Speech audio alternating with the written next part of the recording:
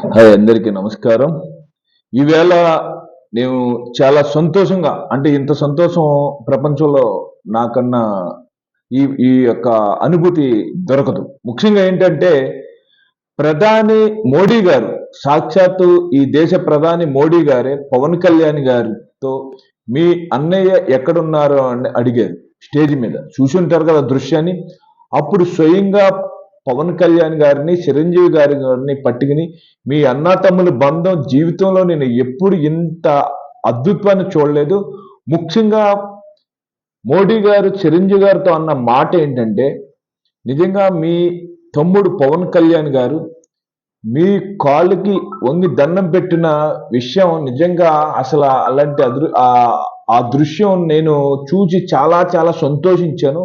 ఎప్పుడంటే పవన్ కళ్యాణ్ గారు చిరంజీవి గారి ఇంటికి వెళ్ళినప్పుడు వాళ్ళ అమ్మగారికి, వదిన గారికి, చిరంజీవి గారికి కాలుకి దండం పెట్టిన ఏదైతే వీడియో ఉందో అది మోడీ గారు చూడటం జరిగిందంట. అలా చూసిన తర్వాత అదే విషయాన్ని మళ్ళీ పవన్ కళ్యాణ్ గారు స్టేజ్ మీద తన ప్రమాణ స్వీకారం అయిన తర్వాత అందరికీ నమస్కారం పెట్టి అన్న కాళ్ళకి దండం పెట్టిన విషయాన్ని కూడా ఆ దృశ్యం చూసి చాలా అద్భుతమైన దృశ్యం ఇది. ఇలాంటి అనుబంధం ప్రతి ఒక్క అన్న తమ్ముల కుటుంబంలో ఉండాలి అని కోరుకున్న ఏకైక వ్యక్తి మోడీ గారు. కాబట్టి ఆ దృశ్యం కోసం అతను ఏదైతే పవన్ కళ్యాణ్ గారి యొక్క పెద్దవాళ్ళ పట్ల ఉన్న క్రమశిక్షణ కానీ, ఆయన యొక్క నమస్కరించే తీరు కానీ మోడీ గారికి చాలా చాలా అందుకే ప్రపంచంలో ఎంతో మంది మోడీ గారి అభిమానులు ఉన్నారు, మంత్రివర్గంలో సభ్యులు ఉన్నారు. కానీ పవన్ కళ్యాణ్ గారు నెంబర్ వన్ అని ఆయన మనసులో నాటిపోయాడు. ఎప్పటికీ ఎన్ని సంవత్సరాల మోడీ గారు ఈ భూప్రపంచంలో ఉన్నంత వరకు పవన్ కళ్యాణ్ గారు నెంబర్ 1 స్థానంలో ఆయన ఉంటారు. అది నిజంగా చాలా చాలా చాలా మాకు ఆనందానికి అంతులేదు. ఎందుకంటే సాక్షాత్ మోడీ గారు ప్రధానమంత్రి, ఎంతమంది రాజకీయ ప్రముఖులు ఉంటారు, దేశ విదేశాల ప్రతినిధులు ఉంటారు, అందరినీ గుర్తింపు కంట ఓన్లీ పవన్ కళ్యాణ్ గారి యొక్క గుర్తింపు, పవన్ కళ్యాణ్ గారిని గౌరవించడం, అది నిజంగా ఢిల్లీలో కానీ ఆయన చాలా చాలా చాలా అసలు అంటే సొంత తమ్ముడిని ఎంత ఒక అన్న ఏ విధంగా గౌరవిస్తాడో అదే విధంగా పవన్ కళ్యాణ్ గారిని సొంత కొడుకులాగా, సొంత తమ్ముళ్ళలాగా, సొంత శిష్యుల్లాగా, రాజకీయ శిష్యుల్లాగా తయారు చేసుకుంటున్నారు. నిజంగా ఎప్పటికైనా ఆ స్థానానికి పవన్ కళ్యాణ్ గారి వెళ్ళాలని ఒక మెగా ఫ్యామిలీ కుటుంబంలో ఒక సంబంధం ఉన్న వ్యక్తిగా, అదేవిధంగా ఒక మెగా ఫ్యామిలీ అభిమానిగా, పవన్ కళ్యాణ్ గారి యొక్క శిష్యుడిగా నేను ఎప్పుడు కూడా ఆయనకి శిరస్సు ఉంచి నమస్కరిస్తూ నేను ఒకటే చెప్తున్నాను. ప్రతి మెగా ఫ్యామిలీని నమ్ముకున్న ప్రతి వ్యక్తి కూడా అదే విధంగా, అదే ఆదర్శంతో ప్రతి కుటుంబాన్ని గౌరవించుకోవాలి, పెద్దవాళ్ళని గౌరవించుకోవాలి. ఎంత ఒదిగి ఉంటే అంత ఎదగొచ్చు, ఎంత తగ్గుంటే అంత ఎదగొచ్చు అనే సామెత పవన్ కళ్యాణ్ గారు చెప్పారు. ఆయనకి కులం మతం అనేది లేదు. కానీ ఈవేళ నెంబర్ 1 దేశంలో నెంబర్ 1 పొజిషన్లో మోడీ గారికి నెంబర్ 1 పొజిషన్లో ఉన్న ఏకైక వ్యక్తి శ్రీ కొనిదెల పవన్ కళ్యాణ్ గారు, ఆంధ్రప్రదేశ్ ఉప ముఖ్యమంత్రి. ఈవేళ ఏదైతే అసెంబ్లీని గేటుని తాకనివ్వనని చెప్పి చాలా మంది లుచ్చా పర్సన్స్, అంటే వాళ్ళ గురించి మన పేర్లు ఎత్తాలనే ఆలోచన కూడా మనకు రావట్లేదు. ఎందుకంటే అలాంటి పర్సన్స్ నేను జీవితంలో ఎక్కడా చూడలేదు. జగన్ ముఖ్యమంత్రి అనే హోదాను చూసుకుని, మంత్రి అనే హోదాను చూసుకుని ఇష్టం వచ్చినట్టు ఎన్ని విధాలుగా ఎన్ని మాటలు అన్నారు. ఓడిపోయారే అన్నారు కదా. చరిత్రను సృష్టించాడు. ఎప్పుడైనా సరే భూమికి జానడు వంగి నడవాలని చెప్పి మన పెద్దలు చెప్పారు. మీరు 5 సంవత్సరాల్లో భూమి మీద నడిచారా? భూమి మీద నడలా. ఏ వ్యక్తినైతే విమర్శించారో అదే వ్యక్తి మిమ్మల్ని అధోపాతాళ లోకానికి తొక్కి తొక్కి పడేశాడు. అదేవిధంగా అసెంబ్లీని గేటు అడిగి అన్నారు కదా, చూశారు కదా. అసెంబ్లీలో మంత్రిగా ప్రమాణం స్వీకారం చేసి ఒక మంత్రిగా అసెంబ్లీలో అడిగి పెడుతున్నాడు పవన్ కళ్యాణ్. పవర్ అంటే అది మీరు ఇప్పటికన్నా తెలుసుకోండి. పవన్ కళ్యాణ్ గారి పవర్ ముందు ఏ శక్తి, ఏ దుష్ట శక్తులు కాదు, ఏ శక్తి కూడా ఆయన ఆపలేదు. ఆయన కారణ జన్ముడు, ఆయనలో పవర్ ఉంది. పవన్ కళ్యాణ్ గారు జన్మించిన సమయాన్ని మటు చెప్తే శాస్త్రాలకు అంతు చెక్కలేనిది. పవన్ కళ్యాణ్ గారు కారణ జన్ముడు. ఆయన ఏదన్నా సాధిస్తాడో, ఎక్కడైతే తగ్గుండొచ్చు కానీ 100% తప్పకుండా విజయం ఆయన వెంటే నడుస్తుంది. ఆయన నమ్మిన వ్యక్తులకి తప్పకుండా విజయం చేకూరుతుంది. ఎస్, ఒకప్పుడు ఈవేళ టీడీపీ పార్టీ ఒకప్పుడు పరిస్థితి ఏంటి, ఇప్పుడు పరిస్థితి ఏంటి? ఈవేళ నారా చంద్రబాబు నాయుడు ఆ రోజున అసెంబ్లీ సాక్షిగా ఆయన ఇబ్బంది గురి చేసి అనేక రకాలుగా మాటలు ఆడినా, నేను తప్పకుండా ముఖ్యమంత్రిగా అసెంబ్లీలో అడుగు పెడతానన్నాడు. ఆయన మళ్ళీ ముఖ్యమంత్రి అయిన తర్వాత అసెంబ్లీలో అడుగు పెడతానికి ముఖ్య కారకుడు, కారణ జన్ముడు శ్రీ కొనిదెల పవన్ కళ్యాణ్ గారు. ఇది ఇప్పటికైనా ఒళ్ళు దగ్గరిచ్చుకుని, ఒళ్ళు దగ్గర పెట్టుకుని మీరు తప్పకుండా ఆయనకి శిష్యులుగా జాయిన్ అవుతే చాలా చాలా మంచిది. ఆయన ఆదర్శాలు, ఆయన లక్ష్యాలు ఎప్పుడు కూడా ప్రజలకు మంచి చెయ్యాలని, ప్రజల కోసం, ప్రజల జీవితాలను వెలుగు చూడాలని పెట్టింది. ఈవేళ మన ఆంధ్రప్రదేశ్లో నేచర్స్ అంటే ఎన్నో సంబంధించిన అడవులు కానీ, కాలువలు కానీ కలుషితం అయిపోతుంది. వాటిని రక్షించాలనుకుంటాడు. తప్పకుండా ఆంధ్రప్రదేశ్లో ఈ ప్లాస్టిక్ రహిత ఆంధ్రప్రదేశ్గా తప్పకుండా చేసే ప్రయత్నాన్ని పవన్ కళ్యాణ్ గారి వల్లే అవుతుంది. ఈవేళ ప్లాస్టిక్ వాడటం వల్ల ఎంత అనారోగ్యానికి గురి అవుతున్న, ముఖ్యంగా క్యాన్సర్ లాంటిది. ఈవేళ తెలిసి తెలియకుండా గోవులు మార్కెట్లో తిరుగుతుంటే వాళ్ళ పట్టు, ఆ యొక్క ఆవు పట్టలో అనేక రకాల ప్లాస్టిక్ కవర్లు ఉండిపోయి అనారోగ్యానికి బలైపోయి ఎన్నో గోవులు చనిపోవడం జరుగుతుంది. అలాగే మనం తెలిసి తెలియకుండా ఆ ప్లాస్టిక్ వాడటం వల్ల ఎంత ఆరోగ్యాన్ని కోల్పోతున్నామో, ఆ ఆరోగ్యం గురించి ఆలోచించిన ఏకైక వ్యక్తి శ్రీ కొనిదెల పవన్ కళ్యాణ్ గారు. అందుకే పవన్ కళ్యాణ్ గారు భగవంతుడు, దేవుడు అని చాలా మంది అభిమానులు అంటుంటే చాలా మందికి తెలియలేదు ఆయన దేవుడు ఏంటని. ఎస్, దేవుడు. ఎందుకంటే ప్రజల జీవితాని కోసం, ప్రజల కోసం ఆలోచించే ఏకైక వ్యక్తి శ్రీ కొనిదెల పవన్ కళ్యాణ్ గారు. ఇలా కలియుగంలో వెంకటేశ్వర స్వామి ఏ విధంగా దేవుళ్ళ కోసం ఆలోచిస్తారో, జనాల కోసం ఆలోచిస్తారో, అదే విధంగా జనాల యొక్క జీవితాలు వెలుగు కావాలని ఆలోచించే ఏకైక వ్యక్తి శ్రీ కొనిదెల పవన్ కళ్యాణ్ గారు. ఇవాళ అసెంబ్లీ సాక్షిగా చాలా మంది ఈ రాజధానిని పాడు చేయాలని చెప్పి ప్రయత్నం చేశారు. కానీ అదే రాజధాని నిర్మాణం జరగాలని నిలబడి ఘంటాపథంగా చెప్పింది, రాజధాని రైతులకు మాటిచ్చింది ఓన్లీ శ్రీ కొనిదెల పవన్ కళ్యాణ్ గారు. తప్పకుండా ఈ రాజధాని అమరావతి, ఆంధ్రప్రదేశ్ రాజధాని అమరావతి అనేది ప్రధాని మంత్రి గారు కూడా చెప్పింది శ్రీ కొనిదెల పవన్ కళ్యాణ్ గారు.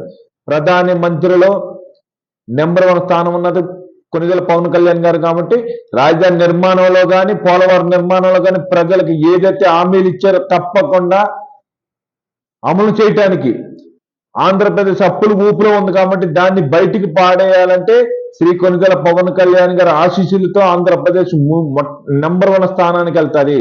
శ్రీ నారా చంద్రబాబు నాయుడు గారు కూడా దానికి సహకరిస్తున్నారు. కాబట్టి ఇద్దరు అనుభవాల్లో తప్పకుండా ఆంధ్రప్రదేశ్ ప్రజలకు నెంబర్ 1 స్థానం వస్తుంది. అదే విధంగా ఎన్ని ఉద్యోగాలు కోల్పోయామో ఆ ఉద్యోగాలు మళ్ళీ ఆంధ్రప్రదేశ్ తిరిగి వస్తున్నాయి. ఎన్ని కంపెనీలు కోల్పోయామో ఆ కంపెనీలు కూడా మళ్ళీ ఆంధ్రప్రదేశ్ తిరిగి రావడానికి సిద్ధంగా ఉంది. ఆల్రెడీ మేము ఇదే మంగళగిరిలో భారతీయ రియల్ ఎస్టేట్ అనే సంస్థ పెడితే పొలాలు కొందామంటే అతి తక్కువగా అమ్ముకున్నారు చాలా మంది. ఈ రోజు అదే భారతీయ రియల్ ఎస్టేట్ ముందు జనాలు క్యూ కడుతున్నారు. ఎందుకంటే ఇక్కడ మాకు ల్యాండ్లు కావాలండి, మాకు ఇల్లు కావాలండి, మేము ఇక్కడ సెటిల్ అవ్వాలండి అని మళ్ళీ ఏ విధంగా ఆంధ్రప్రదేశ్ని వదిలేసి వెళ్ళిపోయారో వ్యాపారస్తులు చాలా మంది ఉద్యోగం చేసుకోవడం, సరైన ఉద్యోగం లేక, వ్యాపారాలు లేక పక్క రాష్ట్రాలకు వెళ్ళిపోయిన వాళ్ళు మళ్ళీ తిరిగి అమరావతి తిరిగి వస్తున్నారు. ఈవేళ మేము మా ఆఫీసులో ముందు జనాలు చూస్తుంటే ఆశ్చర్యవేస్తుంది.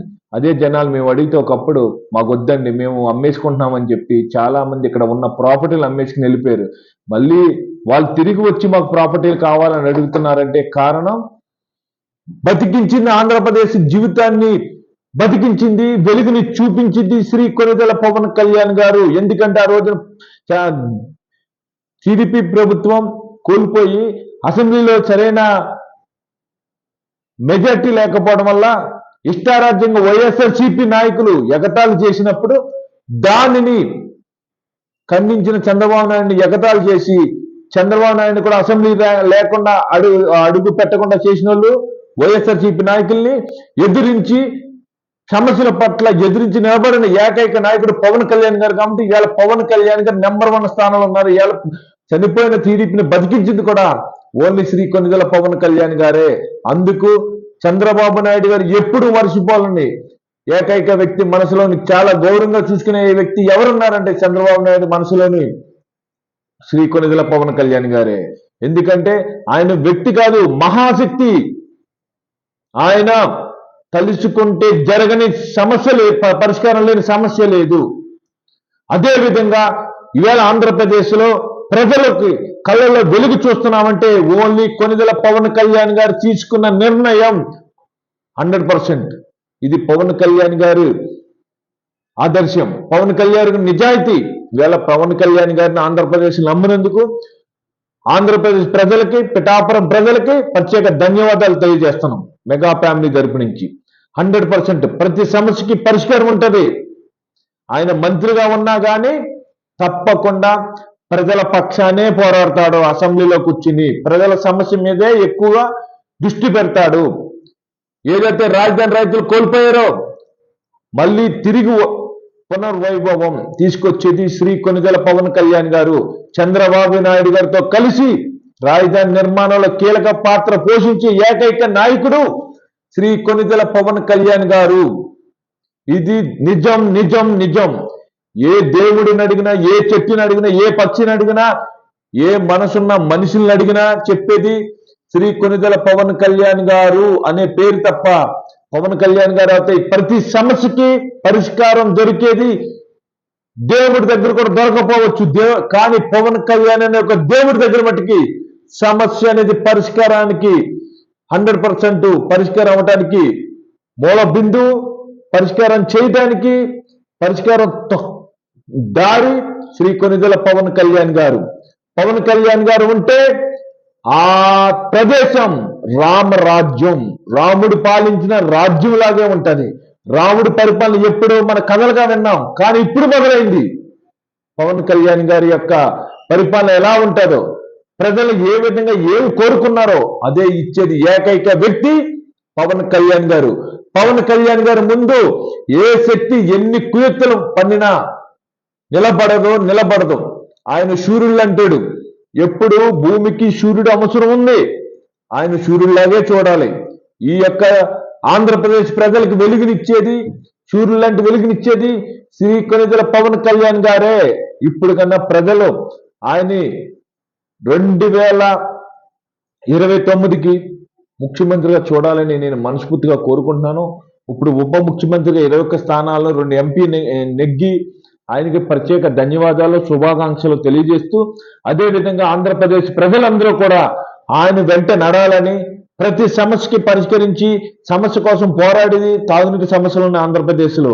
రాజధాని లేదు, ఇలా పోలవరం ప్రాజెక్టు పర్ఫెక్ట్ గా నిర్మాణం జరిగితే ఎంతో మంది రైతులు బాగుపడతారో, తాగునీటి సమస్య తీరుతుంది. కాబట్టి ఈవేళ ఎన్నో విలేజ్లో తాగునీటి సమస్య ఉంది. అలాగే ఏదైతే చంద్రబాబు నాయుడు గారు ముఖ్యమంత్రిగా ప్రమాణ స్వీకారం చేస్తున్నందుకు ప్రత్యేక ఈవేళ 4 గంటలకి ఆయన ఛాంబర్కే అటెండ్ అవుతున్నారు. కాబట్టి ఈవేళ శ్రీ కలియుగ వెంకటేశ్వర స్వామి దర్శనం చేసుకుని అదేవిధంగా 4 గంటలకు ఆయన ఛాంబర్కి వచ్చి కూర్చోవడం జరుగుతుంది.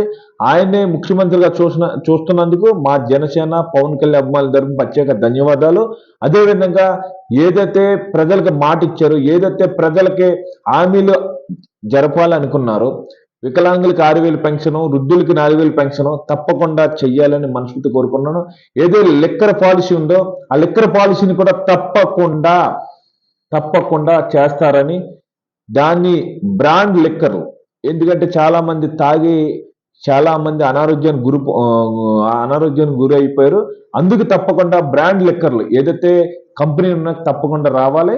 అదేవిధంగా పోలవరం ప్రాజెక్టు విషయంలో కానీ కేంద్రం కూడా పూర్తిగా సహకరిస్తుంది. ఇప్పుడు కేంద్రానికి మన ఆంధ్రప్రదేశ్ అవసరం ఉంది, అలాగే కేంద్ర అవసరం మన ఆంధ్రప్రదేశ్ ఎంతైనా అవసరం ఉంది. కాబట్టి మోడీ గారు పవన్ కళ్యాణ్ గారు, చంద్రబాబు నాయుడు గారు ముగ్గురు అన్న తమ్ములుగా మన ఆంధ్రప్రదేశ్ని బాగు చేయాలని మనస్ఫూర్తి కోరుకున్నాను. ఏదైతే రైల్వే జోన్ ఉందో రైల్వే జోన్ కూడా తప్పకుండా ఆయన ఢిల్లీలో మాట ఇవ్వడం జరిగింది. రాజధాని నిర్మాణంలో కీలక పాత్ర పోషించేది ఎన్డీఏ సర్కార్, దానికి కీలక నాయకుడు పవన్ కళ్యాణ్ గారు, నిర్మాణాలనే అభివృద్ధి పనుల్లో నడిపించేది నారా చంద్రబాబు నాయుడు గారు. అందుకని చెప్పి ప్రజల్లారా మీరు ప్రశాంతంగా, సంతోషంగా, హ్యాపీగా, ఆనందంగా రామరాజ్యంలో మీరు జీవించడానికి మళ్ళీ ఏదైతే తిరిగి తీసుకెళ్లిపోయిన పెట్టుబడులు మళ్ళీ ఆంధ్రప్రదేశ్ తీసుకురావాలని, అదేవిధంగా మహిళలకి సంపూర్ణ రక్షణ శ్రీ కొనిదెల పవన్ కళ్యాణ్ గారు ఆ రోజే చెప్పారు. ఈ ఆంధ్రప్రదేశ్ లో ఎంతో మంది మహిళలు బాధపడుతున్నారు, ఒంటరి మహిళలు బాధపడుతున్నారు, ఎంతో మంది ఆడపిల్లల్ని మానపేనాలను తీయటం జరిగింది గత ప్రభుత్వం. కానీ నేను శ్రీ కొనిదెల పవన్ కళ్యాణ్ గారనే నేను అసెంబ్లీ సాక్షిగా చెప్పుతున్నానని ఆ రోజు చెప్పడం జరిగింది.